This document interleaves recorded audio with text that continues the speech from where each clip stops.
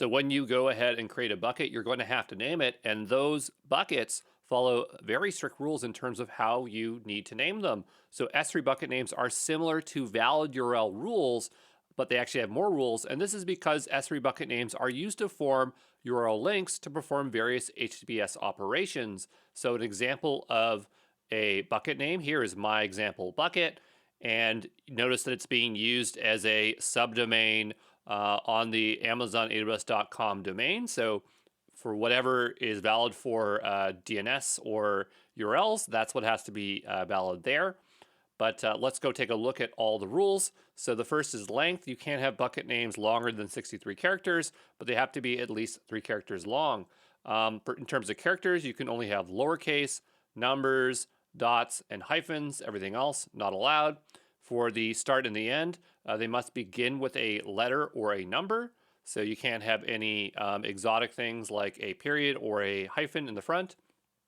For adjacent periods, you cannot have 2 periods side by side, so you can't go period, period.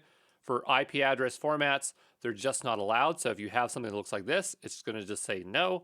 For restricted prefixes, you cannot have xn hyphen hyphen, S3 hyphen, or S3 hyphen configurator because they're used somewhere else. Where they're used, I have no idea, but AWS does not want you to use them.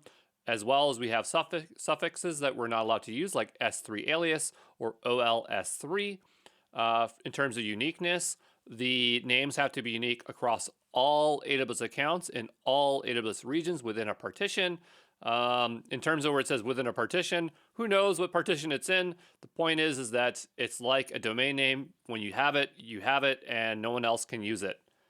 In terms of exclusivity, a name can't be reused in the same partition until the original bucket is deleted. They keep talking about partitions, but the point is that if you have a bucket name and you delete it, now someone else can use it. In terms of transfer acceleration, they have one exception where you cannot have dots in the names, and when we cover S3 transfer acceleration, we'll cover that again. But the quickest summary or the easiest rules to remember is no uppercase, no underscores, no spaces in the bucket names. You remember those 3 things, it makes it very easy, and everything else is pretty common sense. Other cloud services like Azure, everything is a domain name, so you're probably wondering, why are you making such a fuss about this? Because it's not the norm in AWS to have these URL-like names for naming resources, so I need to make extra emphasis on this one.